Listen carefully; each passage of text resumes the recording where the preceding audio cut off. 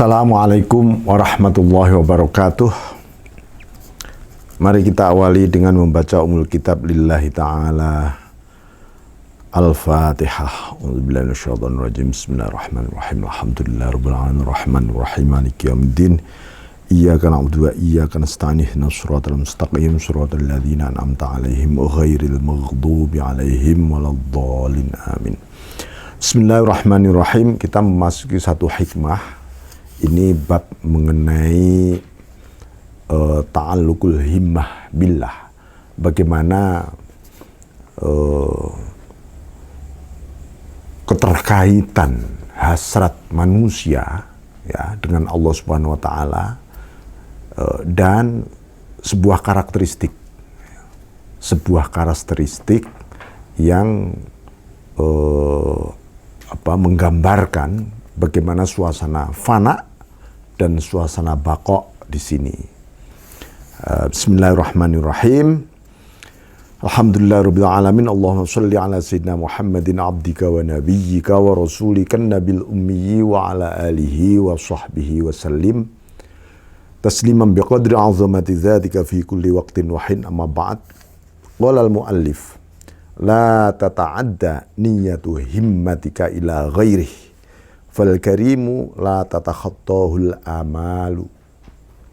La tata'adda niyyatu himmatika, janganlah engkau lampaui, engkau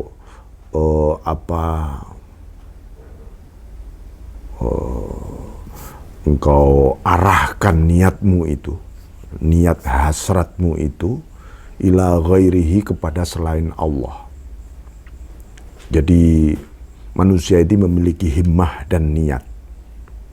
Ya, itulah yang kemudian terpadu di dalam tekad. Tekad, himmah dulu, tekad, baru munculnya niat. Niat itu bareng dengan sebuah tindakan.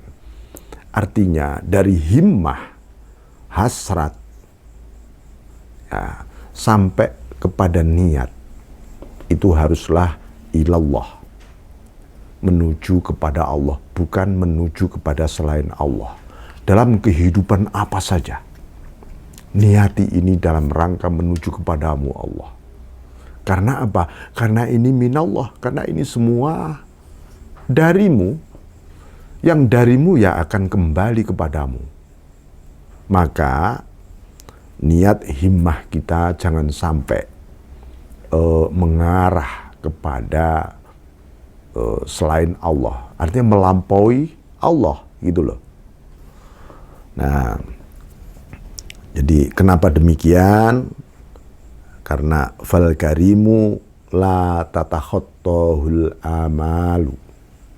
Allah yang maha pemurah, ya, Allah yang maha pemurah itu tidak bisa dijangkau oleh angan-angan, ya, imajinasi seseorang. Maksudnya apa? Seluruh imajinasimu tidak akan melampaui Allah. Karena itu, kalau sampai melampaui,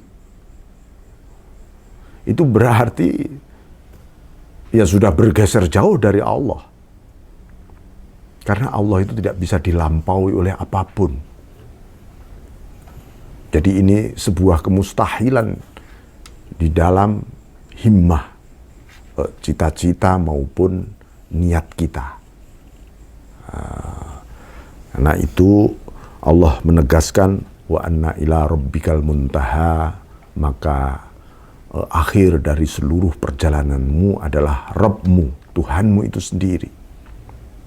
Jangan bergeser kepada yang lain. Bismillahirrahmanirrahim. Allah itu maha karimnya, ya. Al-Karim, maha murahnya itu baik dari segi zat, sifat maupun tindakannya. Ya, itu absolut, universal dan mutlak. Nah, itu yang membuat seseorang kemudian tetap ta'alluq. Karena manusia ini nisbi, relatif.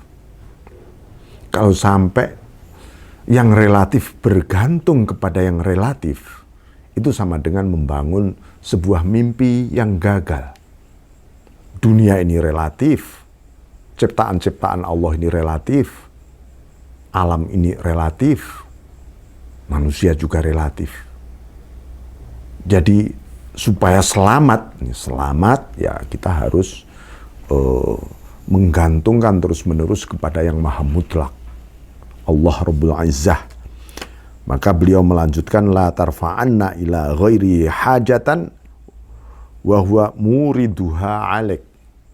Nah, ini begitu manusia terus-menerus harus menggantungkan semuanya, cita-citanya, nawaitunya untuk menuju kepada Allah. Karena itu, ini ada sebuah perjuangan. Di dalam balik perjuangan ada sejumlah kebutuhan-kebutuhan.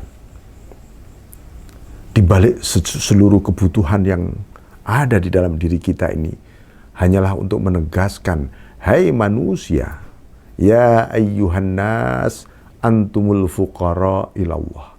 Kamu ini fakir, manusia. Kamu ini butuh banget kepada Allah. Butuh dalam segala-galanya, baik lahir maupun batin. Setiap manusia, satu, mulai tidak menyadari bahwa dia butuh, maka dia sedang melesat dari orbit kehambaannya. Atau dia mulai bergeser tujuan dan arah ataupun ketergantungannya kepada selain Allah. Dia mulai memasuki wilayah-wilayah yang gelap sebenarnya.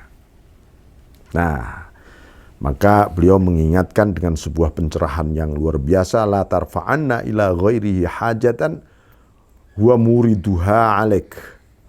Jadi janganlah Anda ini melaporkan, ya, mengajukan, memproposalkan gitu loh ya, seluruh hajat-hajat Anda kepada selain Allah. Kenapa?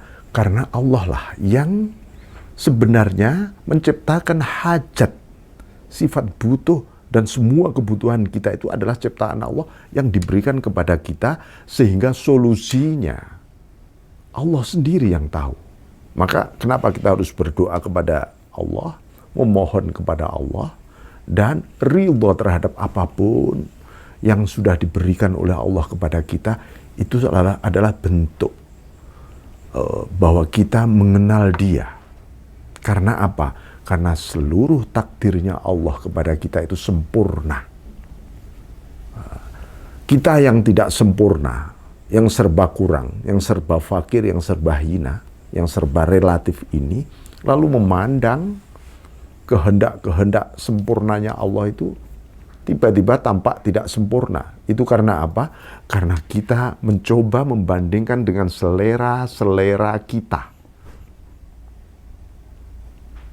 Gara-gara begitu lalu kita mencoba membatasi Allah. Coba, Allah yang maha mutlak, yang maha murah kita batasi. Seakan-akan Allah itu tidak murah kepada Anda. Tidak dermawan betul kepada Anda. Nah itu. Lalu mulailah syukur kita kurang. Berakhir apa? Husnudzon kita kurang. Lalu kita mencurigai Allah. Ini bahaya besar. Itu pasti ada pesta setan di sana. Ketika kita mulai mencurigai Allah itu. Bismillahirrahmanirrahim. Jadi, nah,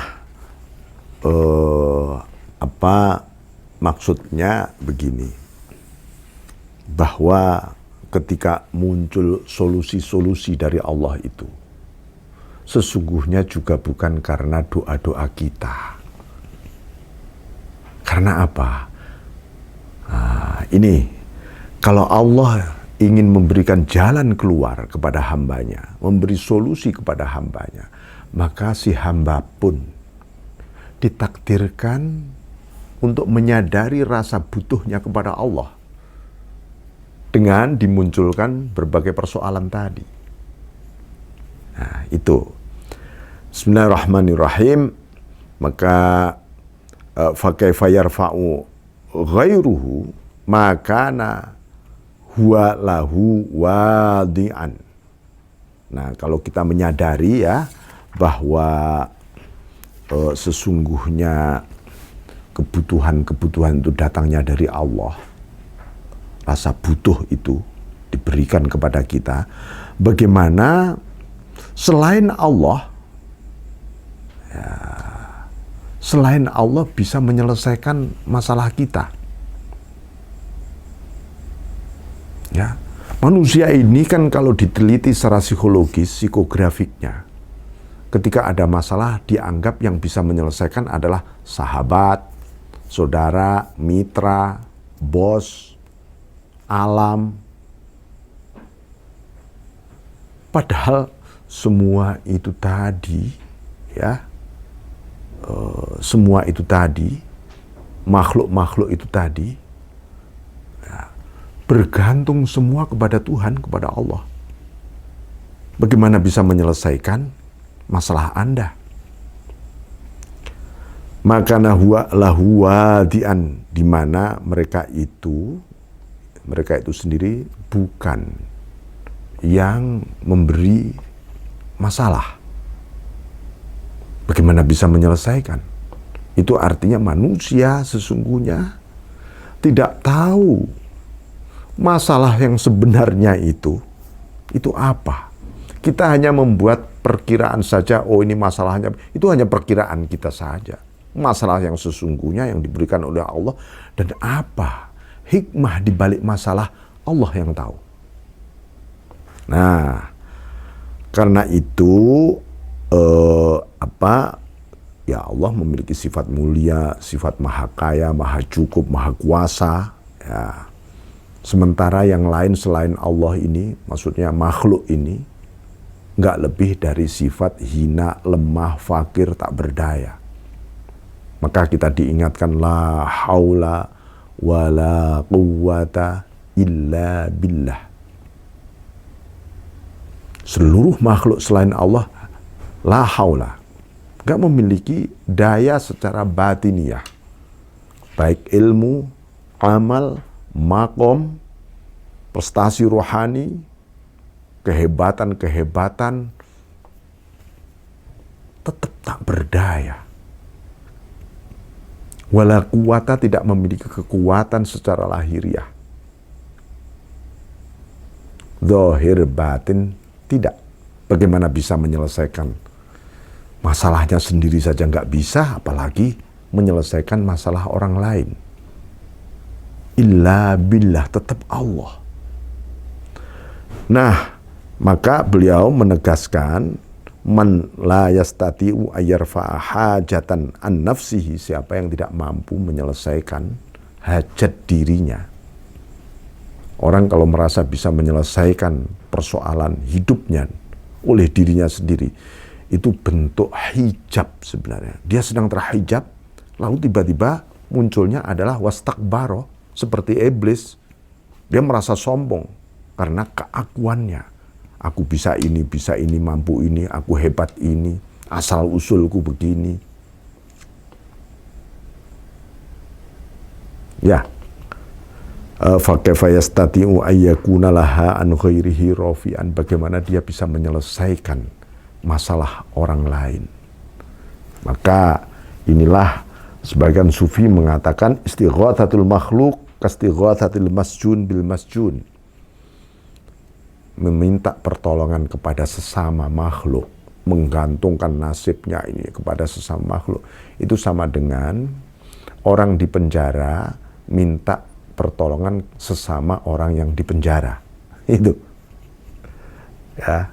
Jadi ini orang sedang tenggelam, nggak bisa berenang, sahabatnya juga tenggelam, nggak bisa berenang, mustahil bisa menolong, malah akan semakin tenggelam. Itu. Ini gambaran Makanya Syekh Abdul Hasan Asy-Syadzili radhiyallahu an mengatakan begini, ya istu min nafsi li nafsi, aku rasanya putus asa, ya aku selalu putus asa kalau merasa diriku bisa memberi manfaat pada diriku. Ya, seluruh kebajikan, anugerah, pertolongan, semuanya dari Allah, bukan dari diri kita. Loh, kok aku bisa menolong orang lain ya? Kok ada perintah tolong menolong ya kepada sesama? Ini bagaimana? Kalau Allah ingin menolong hambanya, kalau Allah ingin menolong Anda, maka Anda ditakdirkan menolong orang lain. Itu dari Allah. Anugerah, kompetensi, bisa menolong itu dari Allah. Itu artinya secara logika tasawuf, ya. Kalau orang ingin menelantarkan hambanya, tidak diberi pertolongan, membiarkan hambanya, maka si hamba itu hidupnya selalu acuh, selalu egois, tidak mau memiliki futuwah, kepedulian sosial. Oh, itu tandanya orang itu memang sedang tidak ditolong oleh Allah, sehingga orang itu tertutup untuk menolong orang lain. Nah, itu kan mengerikan. Maka orang yang hidupnya egois, individualis, itu jauh dari pertolongan Allah sebenarnya. Apalagi bahwa kompetensinya, kemampuannya, apa yang dimilikinya untuk sebagai status, untuk dibanggakan di hadapan sosial. Sebenarnya orang macam ini sedang tersiksa di dunia.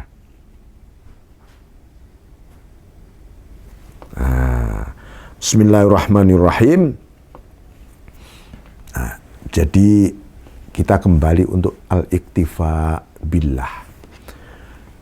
Kata beliau tadi, fa kaifa la ayas min naf'i ghairi laha. Bagaimana aku tidak tambah putus asa untuk memberi manfaat kepada yang lain. Untuk diriku saja nggak mampu. Wa rajautullaha li ghairi. Akhirnya aku berharap kepada Allah untuk selain Allah. Maksudnya, harapan bisa menolong itu harus kita gantungkan kepada Allah. Bersamamu ya Allah, aku ingin menolong si A, si B, si C, harus begitu. Nanti kalau tidak bersamamu, aku menolong ini, lalu yang muncul adalah kebanggaan. Nih gue dermawan ini, gue penolong ini. Banyak nggak yang begitu kira-kira? Ini gara-gara apa? Gara-gara menyingkirkan Allah di balik tindakan-tindakan kebaikan dia. Kelihatannya bagus, nah ini yang menjadi buruk akhirnya. Apalagi merasa bisa membuka hati seseorang, bisa memberi hidayah kepada seseorang. Nanti munculnya adalah arogansi, kesombongan luar biasa. Bismillahirrahmanirrahim. Fa kaifa la arjuhu li nafsi. Kalau aku memohon, berharap kepada Allah untuk pada orang lain, bagaimana aku tidak berharap kepada Allah untuk diriku? Nah ini. Jadi tetap kita harus menggantungkan diri kita kepada Allah Subhanahu wa taala. Maka ini dilanjutkan ilam tuhsin dhannaka bihi li ajli wasfihi fahasin dhannaka bihi li wujudi muamalatihi ma'ak. Nah, biasanya kalau kita sudah iktifa, merasa ya Allah kalau begitu engkau ini maha mencukupi, sadar kita hayati betul, dan seluruh pemberianmu kepadaku ini, seberapapun menurutku, tetap adalah pemberianmu yang terbaik, sempurna kepadaku. Tiba-tiba, dan Allah itu kan maha jamil, maha indah.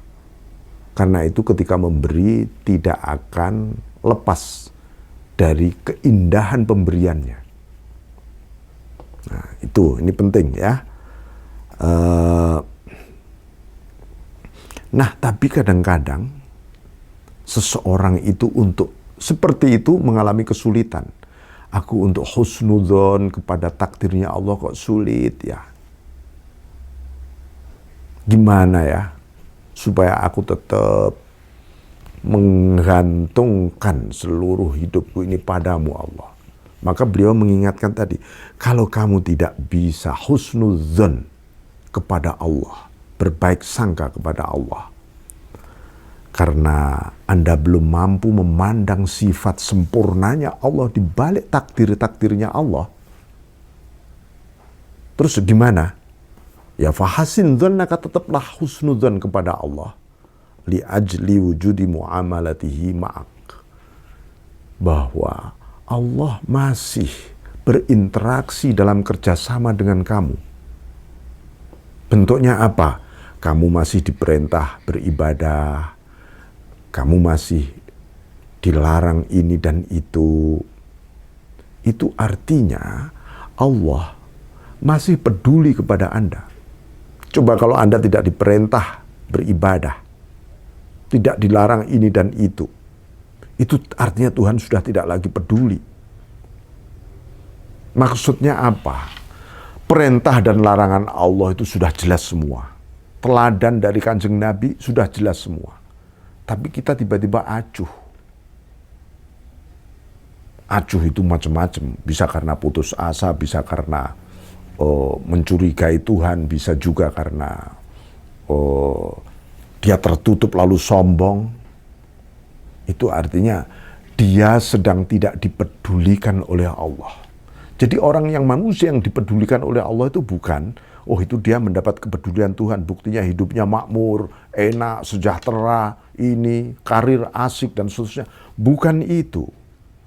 Manusia yang diberi Allah yang peduli kepada hambanya, ketika hambanya masih dipanggil, ya ayyuhalladzina amanu, hai orang-orang beriman. Ya Allah, aku masih Engkau panggil Tuhan. Berarti Engkau peduli padaku. Engkau masih sayang kepadaku. Nah, dengan begitu kita masih bisa membangun husnudzon kepada Allah. Fahal awadaka illa hasanan, wahal asda ilaika illa minanan. Bukankah Allah mengembalikan, memberikan situasi seperti itu, melainkan kalau memberikan sesuatu pada kita itu tak ada lain kecuali memang sebuah kebajikan. Jadi harus kita ingat al-hasanat kulluha minallah. Semua kebajikan itu dari Allah semua. Kebajikan itu apa? Ya seluruh yang ada di Al-Quran diteladankan oleh Rasulullah melalui hadis-hadis Nabi, ucapan dan tindakannya, itu semua kebajikan. Dan itu sebenarnya dari Allah semua. Jangan pernah mengklaim, ini kebaikanku loh, ini prestasiku loh. Dari mana? Kita nggak pernah punya pabrik kebaikan manusia itu. Semua dari Allah. Wala asda ilaika illa minanan.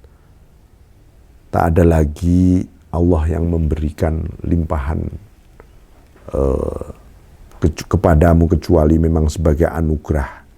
Jadi kebajikan dan anugerah itu diberikan kepada kita, ya, baik dalam bentuk sesuatu yang sifatnya ujian maupun sesuatu yang sifatnya anugerah yang membuat kita bersyukur nikmat-nikmatnya. Nah, itu seperti itu semuanya ya bagaimana Allah mendidik kita. Kita ini dididik oleh Allah. Bismillahirrahmanirrahim.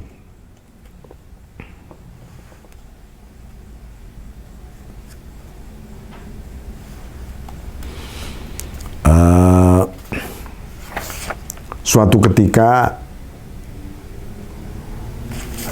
Syekh Hasan Asy-Syadzili mengatakan, ya, innala nuhibbu illallah. Aku tidak mencintai kecuali hanya kepada Allah. Lalu ada seseorang interupsi.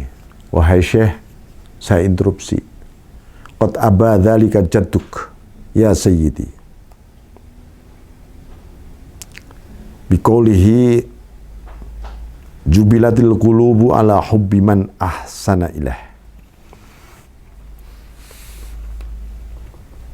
Kakekmu, maksudnya Rasulullah Shallallahu Alaihi Wasallam, ya, kakekmu, Kanjeng Nabi,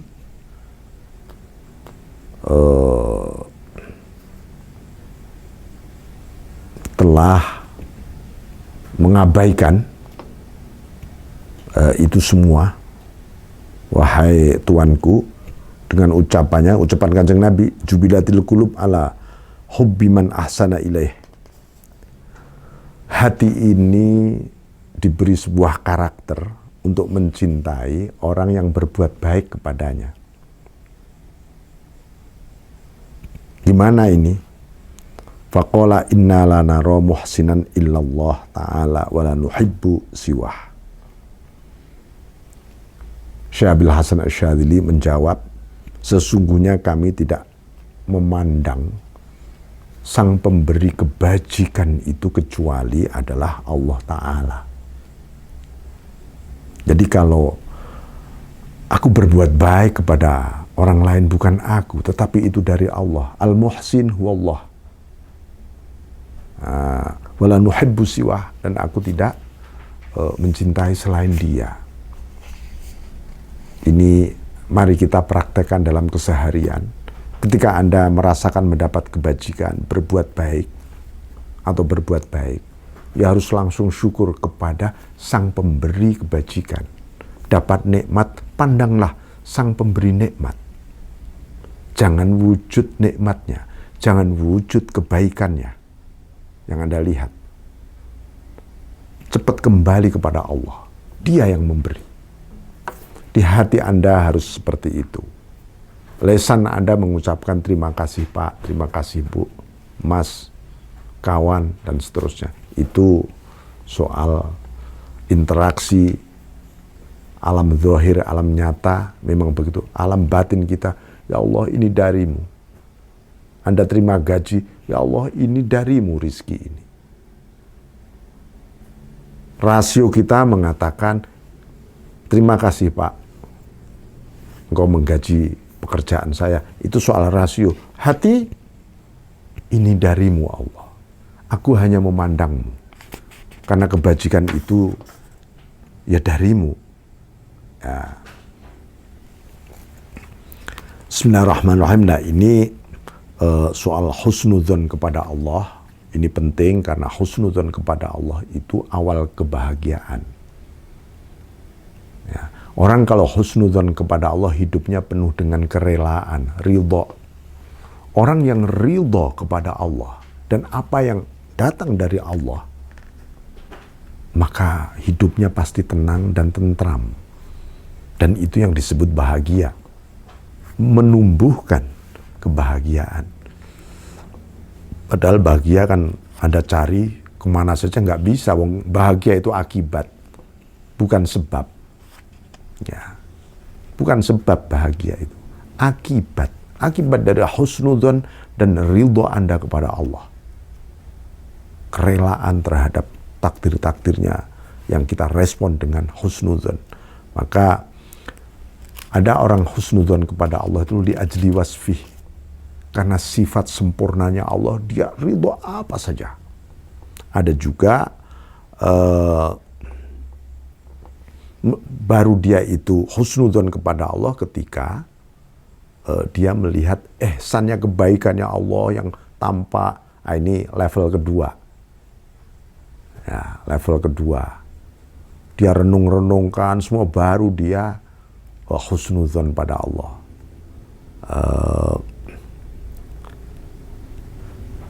Nah,